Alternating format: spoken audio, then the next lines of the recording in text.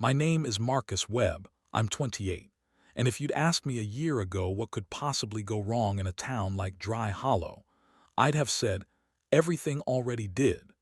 Because this place was already half dead before whatever is happening now started curling its fingers into people's faces and twisting their mouths into shapes no human jaw should make.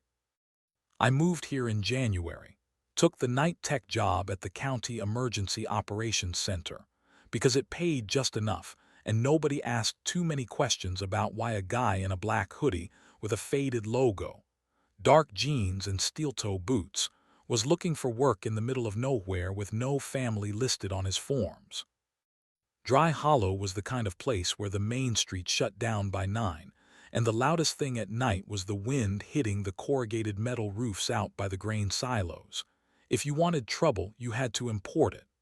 My first few weeks at the EOC were exactly what you'd expect. A drunk fight at the only bar, a cow on the highway, a transformer blowing during a storm. There were 3 of us on nights, me at the consoles, a tired paramedic named Russ sleeping in the recliner between tones, and a deputy named Hal who spent most of his shift driving lazy loops past closed businesses and empty parking lots. We were men who'd aged faster than we'd planned, all with the same sagging posture of guys who'd made too many compromises. The only weird thing about the job was the extra rack of equipment in the corner, a matte black box with no manufacturer label that hummed a little deeper than everything else. The first night I saw it, I asked Russ what it was. He didn't look up from his coffee. Federal Alert Integration, he said. Just don't screw with it. County gets a stipend to host it, that's all I know. Later, alone with Hal on a slow night while Russ ran a transport, I gave the black box another look. It had its own fiber line, its own UPS, and a little strip of plastic covering a card slot. Above it, instead of a label, someone had stuck a piece of laminated paper with a single rule printed in block letters. Do not originate. Relay only. Some of the best ways to make a guy like me curious are to tell me something is above my pay grade, and then leave it in the same room as me. Still, for the first month the box did nothing more than blink a steady red light and occasionally spit out test tones. On the consoles, I'd see odd internal messages roll past in the log stream. Grid DH19 health check, behavioral index stable, no anomalous patterns detected. I assumed it was some new way the feds tracked social media meltdown, or whatever they're calling civil unrest these days. It was late March when I noticed the first wrong smile, and it was subtle enough that I told myself I was imagining it. I was grabbing coffee from the all-night gas station on my way in, eyes half open, hoodie up, when the clerk, kid named Tanner, buzz cut, same Metallica shirt every night, looked up from the counter and smiled like always. Except the smile stayed too long. His eyes didn't change. The corners of his mouth just rose and held like string pulled tight. When I didn't mirror it back, the expression dropped off his face all at once. No fade, no transition, like someone had flipped a switch. I wrote it off as lack of sleep. People make weird faces all the time. But the next night, one of the guys at the diner, old-timer named Vince who'd been sitting at the same stool since before I was born, turned on his seat when I came in and gave me that same stretched grin, the muscles around his mouth straining like he'd never smiled in his life and was following written instructions. His eyes stayed flat. His teeth were too visible, too uniform. My stomach tightened. When I got to the center that night, I found a new message waiting on the black box console. Federal observation active, grid DH19 flagged for behavioral drift. Beneath it, do not announce. Do not interfere. I tried to ask Russ if he'd noticed people acting off, but he just shrugged and said everyone in Dry Hollow had always been off, and maybe I was just new enough to still expect consistency. A week later, wrong smiles were everywhere. At the grocery store, 2 men stocking shelves turned toward the sound of my cart at the exact same moment and gave me matching grins that went on just a fraction too long, like their faces were stuck buffering. At the mechanics, the guy who changed my oil told me the joke he always told about my piece of crap truck, but his laughter stopped mid-breath and his mouth just froze open, teeth bared, while his eyes stared over my shoulder. Then, as if someone had smacked his reset button, he clamped his mouth shut, turned away, and carried on like nothing had happened. No one else seemed to notice. No one else flinched. No one else stared at those stretched lips like they were cracks where something else was peeking through. Then, 10 days after the first flagged message, the black box woke up. I was halfway through a graveyard shift with nothing but weather advisories on the line when the lattice console emitted a low tone I'd never heard before, a three-note descending chime that made my molars ache. The red light shifted to pulsing orange, the monitors flickered, and a new alert window forced itself over all my other screens, overrides lighting up one by one, even over the CAD system. Origin, DHS black priority, behavioral index failure grid, DH19. The text that followed crawled across the screen slowly, painfully, like it didn't want to arrive. Emergency alert. Smile lock phenomenon confirmed. Do not engage subjects exhibiting prolonged facial constrictions. Avoid direct eye contact during anomalous smiling events. Do not attempt correction. Do not mimic expression. The dispatch system asked where to route it: phones, TV, radio, the siren poles in town. But before I could choose, a second line appeared beneath the first: public dissemination. DENIAD. Local agencies only. So instead of telling the people whose faces were beginning to warp that something was wrong, the system pushed a silent version of the alert to a locked printer in the sheriff's office and a handful of encrypted inboxes I'd never see. The only ones in town who knew that someone somewhere had decided our smiles were now a matter of federal concern were a few deputies, a couple of medics, and me. I should have walked out then. I should have gotten in my truck and driven toward any horizon that didn't have dry hollow on the other side of it. But men like me don't leave when they should. We stay until staying isn't an option. The first true emergency alert hit 3 nights later, right after midnight. Not the usual regional test, not a weather line. Every phone in the center vibrated at once, the overhead TV switched channels by itself, the radio crackled, and the black box sang that same three-note tone, louder, angrier. The banner at the top of every screen turned blood red. Emergency alert. Do not smile back. The body of the alert crawled faster than my eyes could comfortably track. Something is utilizing facial mimicry as a vector. Avoid mirroring expressions. Avoid returning SMILES. Report any individual WHOSE smile lasts longer than 10 seconds. Do not allow subjects to encourage you to just smile. Report persistent URGES to smile without stimulus. My throat went dry. At the same moment that text finished rendering, the street camera feed outside the center switched views on its own and zoomed in on the sidewalk just beyond our front door, where 3 men I recognized from around town stood shoulder to shoulder beneath the sodium vapor light, faces angled up toward the camera, mouths stretched in identical, inhuman grins. Their eyes were dead. Their lips didn't move. But somehow, just from seeing it, I felt the muscles in my own face twitch like something deep in my brain wanted to pull my mouth into the same awful shape, like their smiles were a virus my mirror neurons couldn't quite fight off. Somewhere in the back of the darkened center, one of the phones started ringing with no incoming number showing on the display, and even before I picked it up, I knew what I'd hear. Familiar voices with unfamiliar smiles, inviting me to join in. The ringing phone didn't sound like any normal call. It had this brittle, cracked timbre like the audio was being squeezed through teeth, and for a few seconds I just stared at it, letting it buzz across the console, while the 3 men outside held those awful sustained smiles, their faces stretched into shapes that looked like puppets pulled too tight by invisible wires. And the longer I looked, the more I felt that twitching urge in the corners of my own mouth, like something inside me was trying to imitate them. So I forced myself to look away and snatched the phone up, pressing it to my ear just to stop the sound, only to hear a voice that made my blood freeze. It was Hal, the night deputy, except it wasn't, because even though it was his tone, his pitch, the way he always talked slow like he was half asleep, there was something underneath it like an echo of someone smiling while speaking. And he said, "Marcus, come outside a second," in a way that sounded both casual and mechanical, as if the words were being puppeted without context. And when I demanded to know where he was calling from, the voice chuckled, a dry, papery sound, and said, "I'm right here." And the street camera glitched for a moment, the feed warping like plastic under heat, before refocusing on the center's front door where a fourth figure had joined the other three, taller, broader, uniformed, and arching its mouth into a grin so wide the skin around the lips looked ready to split. My stomach rolled as I realized it was wearing Hal's badge, Hal's jacket, Hal's belt. But the stance was wrong, too stiff, too balanced, like something inside him was stacking bones differently than they were meant to go.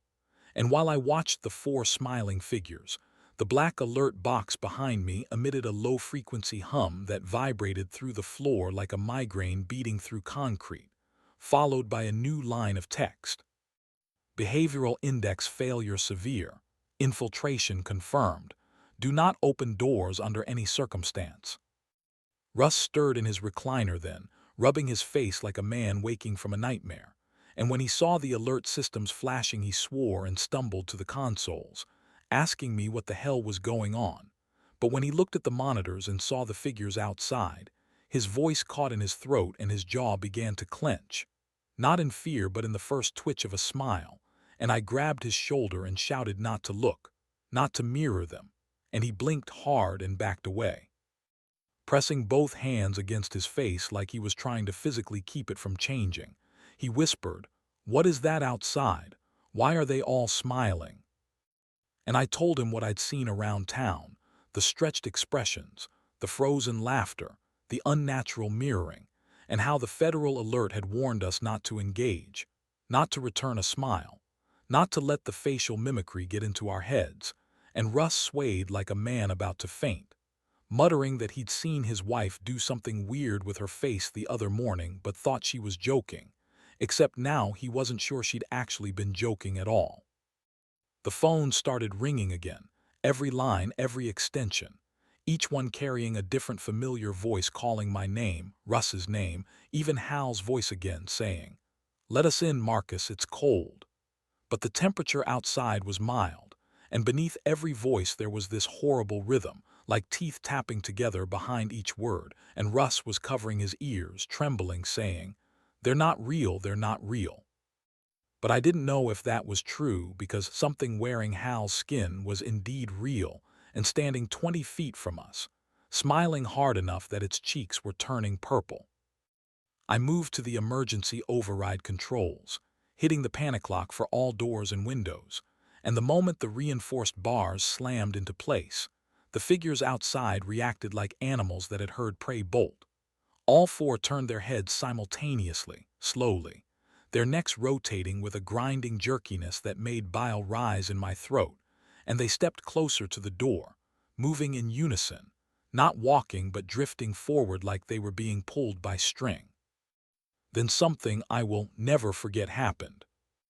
One of them, Vince from the diner, or what was left of Vince, lifted his hand and began tapping his fingers against the glass, precisely and rhythmically, each tap punctuated by that same awful inhuman grin, and Russ whispered, "He's spelling something." And he was right. The taps weren't random but forming a deliberate pattern, a code, some message for us.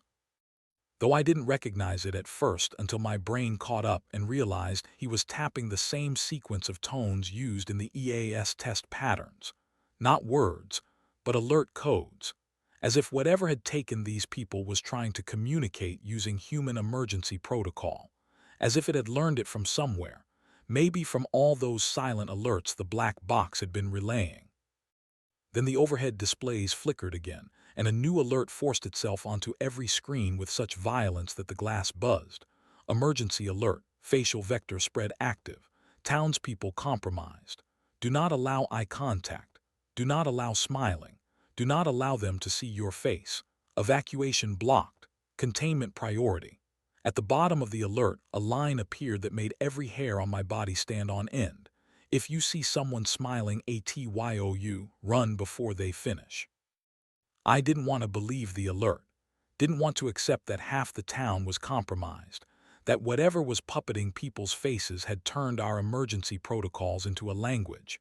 But the longer I stared at those four smiling figures pressing closer to the glass, the more I knew this wasn't just a behavioral anomaly anymore. It was an infection, a takeover, something that learned through imitation and used our own instincts against us. Russ was pacing behind me, covering his mouth with both hands so hard his knuckles went white, muttering that he could feel something in his jaw like a tick under the skin. And when I grabbed him by the collar and forced him to look at me, not at the screens, his eyes were wide and wet, pupils too large, like he was fighting the urge to grin, and I told him to breathe through his teeth, to keep his lips shut tight, but he shook his head violently and said, "I think I saw my wife do it this morning." I think she smiled like that at the mirror, and before I could answer, the black alert box emitted a deep rattling buzz that vibrated up my spine, followed by a new forced alert in bold white text. Vocal mimicry activation detected. Do not respond to any voice that sounds like someone you know. Vector replication confirmed. As soon as that text finished scrolling, every single phone in the room began ringing at once again. Only this time I heard something new layered into the calls, laughter, soft and breathy, like someone was smiling so hard they couldn't breathe properly. And then a voice like Hal's said, "Marcus, buddy, you're overreacting. Come on out. It's nothing." But the last word cracked in the middle like a hinge bending the wrong way.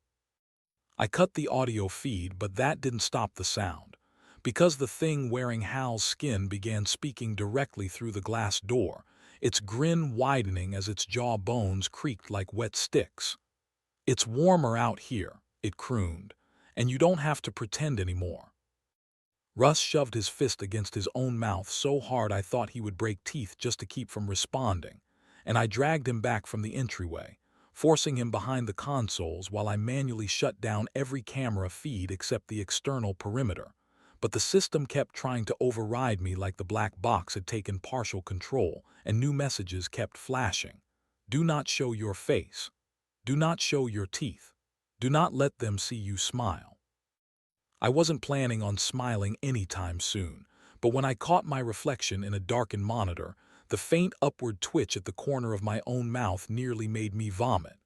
It wasn't a smile, not yet, but the instinct was there, like a pressure behind my facial muscles urging me to mimic, to match, to join in. I slapped my own cheek hard enough to sting, and the twitch stopped. Russ wasn't doing as well. He was trembling, sweating, mumbling about how the people outside weren't breathing right. And when I took a closer look at the perimeter cameras, I realized what he meant. Their chests were rising and falling too rhythmically, too evenly, like bellows operating in perfect sync. And with each breath their smiles stretched wider, revealing too much gum, too much tooth, like the infection was pushing their faces outward from the inside. Then something even worse happened. They began knocking. Not just tapping emergency codes, full knuckle-to-glass pounding, deliberate and slow, and every strike made their smiles twitch like they were excited, like they were enjoying it.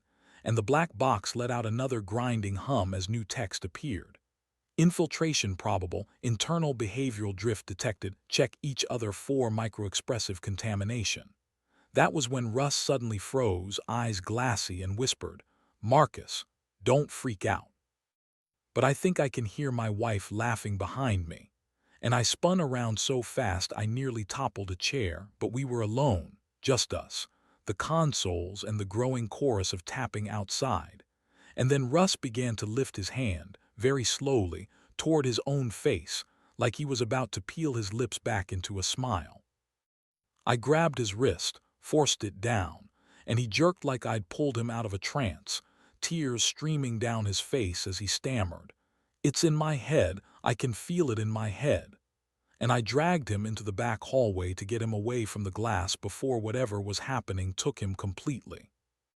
The corridor lights flickered, buzzing like hornets trapped inside the bulbs, and at the far end of the hall, the door to the archive room swung open by itself, the air pressure shifting like someone had just walked through it. I pulled Russ behind me and gripped the flashlight from my belt, clicking it on with shaking hands. "There's nobody here," I hissed. "Stay with me." But Russ suddenly gasped and pointed past me, whispering, "Someone's smiling in the doorway." And when I turned the beam toward the open room, I caught only a glimpse of movement, a face sliding back out of view, not walking, not stepping, just retracting, like a mask being pulled behind a curtain. My skin crawled so violently my bones felt like they were vibrating. Then the overhead PA crackled to life even though none of us had touched it, and a voice, my voice, came through the speaker, smiling through the syllables. "Marcus, you're doing a great job. Come back to the main room. They want to see you." Russ shrieked and clamped both hands over his ears, and I yanked the PA cable out of the wall so hard it ripped sparks across the floor.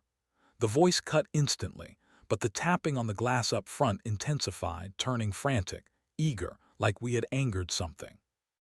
I dragged Russ into the supply room, slammed the door and barricaded it with a metal shelf while he rocked back and forth, his jaw trembling uncontrollably. "They're already inside, aren't they?" he whispered. "Not in here," I told him, though I didn't believe it. The black box was still humming through the walls, vibrating the floor with coded warnings I couldn't stop.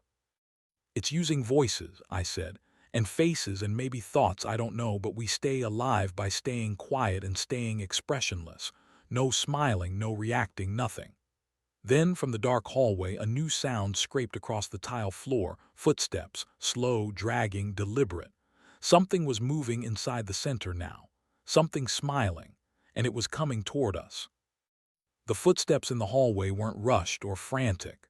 They were patient, dragging slightly, each step accompanied by a faint, breathy chuckle that didn't sound amused so much as practiced, like something inside the center was testing out how laughter worked, shaping it syllable by syllable. Russ was curled against the wall, gripping his jaw like he was afraid it would move on its own again, and I crouched beside him, whispering for him not to make a sound, not even a breath too loud, because whatever was coming down that hallway was listening more carefully than any human could. The supply room door was thin, not reinforced like the lobby entrance, and every tiny sound we made felt amplified in the suffocating silence. The footsteps stopped right outside, and a soft knock sounded against the door, 3 gentle taps that were almost polite. Then a voice said, "Marcus, open up." And it was my voice again, perfectly pitched, perfectly calm, with the faintest tremble of a smile curling underneath each word, and I could hear the grin as clearly as if it were inches from my face. Russ started shaking harder, whispering, "It knows your name, it knows your voice." And I pressed my hand over his mouth before he could spiral into a panic attack. The voice on the other side tried again, this time softer, more coaxing. "You don't have to run. I'm not angry, just smile. It'll feel better if you smile." The doorknob twitched, metal rattling as something manipulated it with slow, deliberate curiosity, and I silently prayed the latch would hold. After a long moment, the thing outside exhaled, a long, satisfied breath, and its shadow drifted away from the thin gap at the bottom of the door. We waited, still as corpses, until the footsteps faded down the hallway, replaced by the faint, overlapping chorus of tapping on the glass up front, like the 4 outside were signaling to the one inside. Russ whispered, "How did it get in? How did it get past the locks?" And the answer came to me with a cold clarity that made my stomach clench. It didn't need to break in. It just needed someone compromised to walk inside. Someone like Hal, someone smiling wrong, someone who already wasn't himself anymore.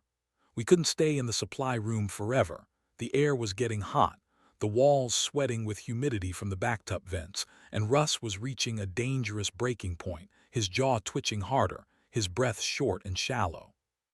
"Listen," I whispered, leaning close. "We need to get back to the server room. There's an evacuation protocol for chemical contamination, one the feds built into the system. If we trigger it manually from the root terminal, maybe it'll push a hard override and send help." Russ blinked at me like he didn't understand, but I kept going, because talking kept me from losing my own mind. "If this is infectious, if it's mimicking through eye contact and facial reflexes, then containment is priority. The black box keeps saying that. Maybe the system knows what to do if we can force it." Russ swallowed hard. "What if help doesn't come?" "Then we improvise," I said. "Better than sitting here waiting for whatever is smiling out there." We timed our escape during a moment when all the tapping up front synchronized into a single repeated pattern, some kind of focus or communication between them, and I quietly pulled the shelf away, easing the supply room door open an inch. The hallway was dim, flickering with that faulty overhead buzz, but empty for the moment. We slipped out, moving in slow, crouched steps, careful not to look toward the lobby's reflective surfaces. Russ held the back of my hoodie like a lifeline, as if letting go would pitch him into the waiting jaws of whatever controlled the center. When we reached the server room door, I scanned the hallway again. Nothing but darkness and the faint impression that something had recently been standing in the corner, watching. "Get inside," I whispered, shoving Russ through the doorway before closing it behind us. The server room was cramped, humming with heat and the steady throb of machines running far harder than their specs intended. In the back corner sat the integration terminal for the Federal Alert System, locked under normal conditions, but a red FIPS override light was blinking, meaning containment protocols had been partially authorized. I pulled the protective casing off, fingers shaking, and began forcing a bypass using the access codes the county training manual said I was not supposed to know. But everyone learned anyway because small towns run on shortcuts. Lines of terminal text scrolled past faster than my brain could map them. Behavioral index critical NEUROmimetic vector spreading. Town compromised 68%. Outbreak class unknown. Russ hovered behind me, whispering prayers between clenched teeth, his breath a shuddering wheeze. Then the entire system froze, screen flickering, and a message appeared that didn't come from any protocol I recognized. Containment override requested. Source: internal vector. I felt my mouth go dry. The system wasn't talking to us. Something inside the network was talking back. Beneath the message, a single sentence scrolled across, slow and deliberate. "Let US show you how to smile." The overhead lights snapped off at once, plunging the room into a suffocating dark lit only by the faint red glow of server LEDs. And from the doorway came the sound of soft, wet breath. Not loud, not animalistic, but controlled, steady, practiced, like someone learning how to pretend to breathe. Russ's hands clamped onto my arm, his fingers digging into my hoodie as the breath grew closer, accompanied by the faintest stretching sound, like skin being pulled too tight over bone. Something was standing in the doorway, grinning at us through the dark. I reached blindly behind me for the emergency battery kill switch, the one that would drop the entire EOC offline, and slammed it down. The servers died instantly, the hum collapsing into silence. The dark became absolute, and in that perfect darkness something whispered, inches from my ear in my own voice. "Don't be afraid, Marcus. You'll smile soon." It's been 6 months since Dry Hollow fell. 6 months since the night something wearing my own voice whispered in the dark server room and told me I'd smile soon. 6 months since I killed the entire emergency operations center by slamming that battery switch and plunging every system, every circuit, every camera, every speaker into perfect blackness. And I'm still not entirely sure why that saved me instead of killing me. But the moment the power died, the thing in the doorway stopped breathing. Stopped moving, stopped smiling, like the darkness stripped it of whatever imitation instinct it needed to function. And I used that single frozen second to drag Russ through the emergency fire exit and sprint into the alley behind the EOC, not stopping even when I heard him scream behind me because he'd looked back. He'd let his eyes adjust to the faint glow of a streetlight, and something had smiled at him from the shadows and taken his face for its own. I didn't turn around. I couldn't. If I did, I knew I'd be next. Instead, I ran until my boots nearly tore apart on the cracked asphalt, and by the time I reached the woods, the whole town behind me was glowing with the dim, unnatural flicker of synchronized lights, windows flashing in perfect unison, like the townspeople were signaling to each other in whatever awful visual language they'd learned. The federal alerts never reached the public, not officially, but I know for a fact the government knew something was wrong because within hours black helicopters were circling the valley and nobody from Dry Hollow was ever seen leaving alive again. They sealed the entire area behind concrete barriers, fake environmental warnings, and a toxic soil remediation zone, sign that looks like it was printed overnight. No media coverage, no evacuation footage, no survivors listed, just silence. They let the infection stay contained behind the hills like a specimen jar too risky to touch. I made it out only because I knew where the old ranger trails ran, and because I kept my head down and my mouth clenched shut the entire time, refusing to let even an accidental facial twitch betray me to anything watching from the tree line. When the feds found me wandering the side of the highway 2 towns over, dehydrated and half delirious, they put me in a sealed observation room for 10 days, shining lights in my eyes every hour, tracking microexpressions, scanning my facial muscles like they expected something beneath my skin to twitch wrong. When they realized I wasn't infected, or at least not in any way they could measure, they released me with a non-disclosure packet and a threat disguised as a recommendation, and I took the stipend they offered because I didn't have anything else. No home, no job, no proof of what I'd seen except the thing that still wakes me up at night. Not nightmares, not memories, something else. Reflexes. Every morning I check the mirror before I speak a single word, before I even blink too hard, because sometimes I catch my reflection smiling before I do, just a fraction of a second too early, like it remembers something I don't, like a remnant of dry hollow's sickness got inside me in a way the tests didn't detect. And when I'm out in the world, grocery stores, gas stations, crowded sidewalks, I watch people carefully, scanning for even the smallest wrongness in their expression, because sometimes I swear I see someone freeze mid-laugh, holding that too-wide grin for a heartbeat longer than normal, like they're waiting for someone to look back. Maybe it's paranoia. Maybe it's trauma. Maybe it's early symptoms of something no machine can diagnose. I keep moving from town to town, never staying more than a week. I don't tell anyone my name. I keep my hood up, head down, and never return a smile no matter how polite or harmless it looks. I can still hear Russ's last breath in my ears, the way he whimpered before the thing that copied him dragged that grin across his face like a mask being pulled tight. I can still hear Hal's fake voice calling to me from the doorway of the EOC. I can still remember the tapping patterns on the lobby glass, coded messages between infected hosts. And lately, God help me, I've started hearing that tapping again in hotel hallways late at night, soft and deliberate, like someone is practicing a language they once used in Dry Hollow. They sealed the valley, but I know sealing never works. Things find cracks. Things learn. Things spread. I think about the last line that ever came across the alert system before everything went dark.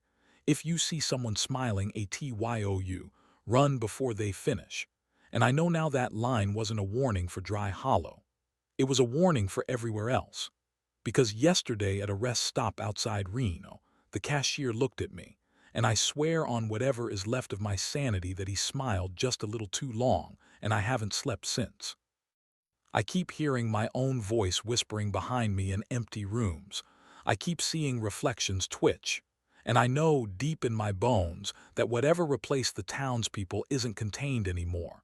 It's learning. It's moving. It's spreading one smile at a time. And sooner or later it's going to finish.